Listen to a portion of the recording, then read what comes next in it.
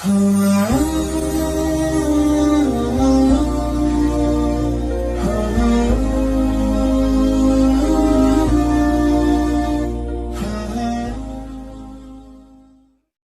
seorang pemuda Madinah, pekerjaannya adalah penggali kubur pada zaman Rasulullah Shallallahu Alaihi Wasallam.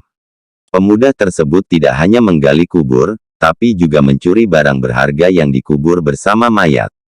Dalam kitab Dura'atun Nasihin karya Syekh Utsman bin Hasan, bin Ahmad Asy-Syakir Al-Kahbawi, pemuda Madinah ini mencuri barang milik mayat yang dianggap berharga. Setelah keluarga mayat meninggalkan kuburan, dia akan kembali untuk mendapat barang berharga itu. Dia akan mengambil kain kafan jenazah jika kain itu dianggap berharga. Lalu pada suatu hari, dia menggali kubur untuk seorang gadis yang cantik jelita. Begitu suasana sudah sepi, ia pun menggali kuburan gadis itu dan diambil kain kafannya. Ketika sedang mengambil kain kafan gadis tersebut, dia melihat kecantikan dan keindahan tubuh mayat gadis tersebut. Akhirnya dia pun melampiaskan syahwatnya kepada mayat gadis tersebut. Setelah selesai mengauli jenazah itu, pemuda ini langsung merasakan kegelisahan.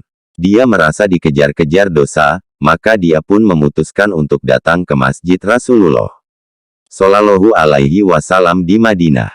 Di sana dia bertemu dengan Sayyidina Umar bin Khattab. Setelah dia mengucapkan salam kepada Sayyidina Umar, maka dia bertanya dengan penuh rasa takut, "Apa pendapatmu jika ada orang yang berzina?" Sayyidina Umar menjawab, "Jika dia sudah menikah, dia dihukum rajam sampai mati. Jika belum pernah menikah maka akan dicambuk 100 kali, dan diusir dari kampung selama 1 tahun." Lalu pemuda itu bertanya lagi, "Bagaimana jika seseorang itu menzinai mayat dan orang itu belum menikah?" Mendengar pertanyaan itu Sayyidina Umar terdiam sejenak. Kemudian Sayyidina Umar berkata, "Sungguh keterlaluan, aku tidak bisa membayangkan seberapa besar dosanya, siapa gerangan yang melakukan dosa keji seperti itu." Dengan penuh rasa takut pemuda itu menjawab, "Aku sendiri Umar, apakah Allah masih mau mengampuni perbuatanku ini?" Sayyidina Umar terdiam lagi, dan langsung masuk ke dalam masjid dan menangis. Rasulullah yang berada di dalam masjid heran, melihat kondisi Sayyidina Umar yang seperti itu. Setelah mengucapkan salam, Rasulullah Shallallahu Alaihi Wasallam bertanya kepada Sayyidina Umar, "Apa yang membuatnya bersedih seperti itu?" Maka Sayyidina Umar menjawab, "Ya Rasulullah, di luar sana aku menjumpai seorang pemuda yang membuat bulu kuduku berdiri, dan dia ingin bertobat dari dosanya."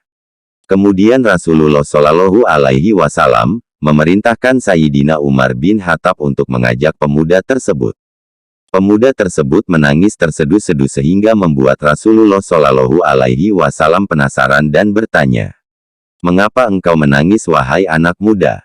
Lalu pemuda itu menjawab, "Aku terlalu banyak dosa, aku takut jika Allah akan marah kepadaku ya Rasulullah." Rasulullah kemudian bertanya, "Apakah engkau telah menyekutukan Allah atau engkau membunuh orang yang tidak bersalah?" Pemuda itu menjawab, "Tidak ya Rasul, aku tidak pernah melakukan kedua perbuatan itu." Rasulullah Shallallahu Alaihi Wasallam terus berusaha menghibur anak muda itu dan berkata, "Ketahuilah olehmu anak muda, Allah akan mengampuni dosamu, sekalipun dosamu sebesar 7 kali lipat langit dan bumi. Apakah dosamu sebesar Ummul Kursi?" Lalu pemuda itu menjawab, "Lebih besar dari itu ya Rasul." Rasulullah bertanya lagi, "Apakah sebesar Arsy?" Sambil menangis pemuda itu menjawab, "Aku kira lebih besar dari itu ya Rasul." Kemudian Rasulullah bertanya lagi, "Sebenarnya dosa apa yang telah kau lakukan, maka katakanlah kepadaku." Pemuda itu berkata, "Sungguh aku malu mengatakannya." Rasulullah berkata lagi, "Jika tidak kamu katakan, maka dosa itu akan tetap membebani jiwamu." Pemuda itu terdiam sejenak dan mulai memberanikan dirinya untuk mengatakan apa yang telah dia perbuat. Pemuda itu bercerita, 7 tahun aku bekerja sebagai penggali kubur, namun suatu ketika, ada mayat kaum Ansar, dia masih gadis dan sangat cantik, secara diam-diam ku gali kembali kuburannya dan ku buka kain kafannya. Pada awalnya aku ingin meninggalkannya tapi syahwatku bergelora, maka kulampiaskan juga syahwatku ini, lalu setelah itu aku tinggalkan begitu saja. Namun setelah beberapa langkah aku tinggalkan kuburan itu, tiba-tiba mayat itu bangkit dan berkata, "Sungguh celaka enggaku wahai pemuda, apakah engkau tidak malu kepada Tuhan, yang kelak membalasmu di hari kiamat?" Pada saat semua orang dituntut balas, enggaku membiarkan aku dalam keadaan telanjang, dan berhadas besar di hadapan Tuhanku. Mendengar pengakuan pemuda tersebut, seketika Rasulullah Shallallahu Alaihi Wasallam berdiri dan berkata, "Wahai pemuda fasik, tempatmu memang pantas di neraka, keluarlah dari tempat ini." Maka pemuda itu keluar dengan hati yang hancur dan jiwa yang tidak bersemangat. Tidak ada harapan baginya untuk pengampunan dari dosanya. Sebenarnya dia ingin bertobat dengan sebenar-benarnya kepada Allah. Dia terus melangkah tanpa tahu arah dan tujuan. Sementara Rasulullah ingin mendengar langsung petunjuk dari Allah tentang peristiwa yang baru saja beliau dengarkan itu. Di sisi lain, pemuda itu sampai di sebuah gua di gunung. Di sana dia sambil menangis dan meminta ampun kepada Allah Subhanahu wa Ta'ala.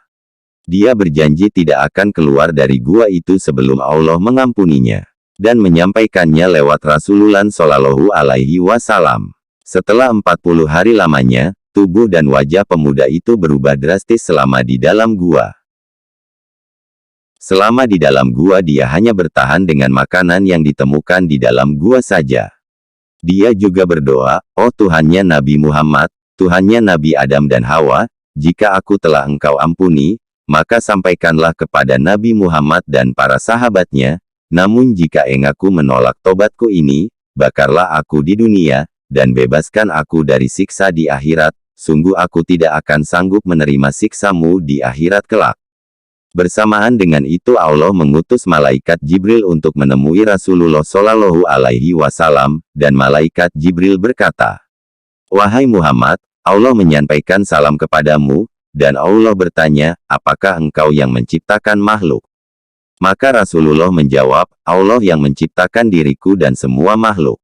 "Apakah engkau yang memberi rezeki kepada mereka?" "Tidak hanya Allah yang mampu memberikan rezeki kepada makhluknya." "Apakah engkau yang menerima tobat mereka atau engkau yang menghukum mereka atas dosa mereka?" Maha suci Allah yang maha pemberi ampunan. Kemudian malaikat Jibril berkata lagi, "Wahai Muhammad, Allah berfirman, maafkanlah hambaku, karena aku telah mengampuninya." Setelah itu turunlah ayat, dan juga orang-orang yang apabila mengerjakan perbuatan keji, atau menganiaya diri sendiri, mereka ingat akan Allah, lalu memohon ampun terhadap dosa mereka, dan siapa lagi yang dapat mengampuni dosa selain pada Allah, dan mereka tidak meneruskan perbuatan kejinya itu, sedangkan mereka mengetahui. Qs. Ali Imran, 135.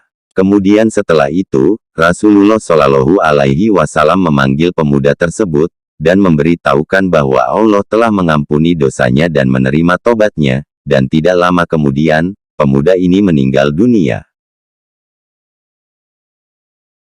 Terima kasih sudah menonton video ini. Semoga bermanfaat. Jangan lupa subscribe, like, share, komen, dan bagikan, agar kami bisa terus berbagi video-video yang bermanfaat dan berfaedah. Wassalamualaikum warahmatullahi wabarakatuh.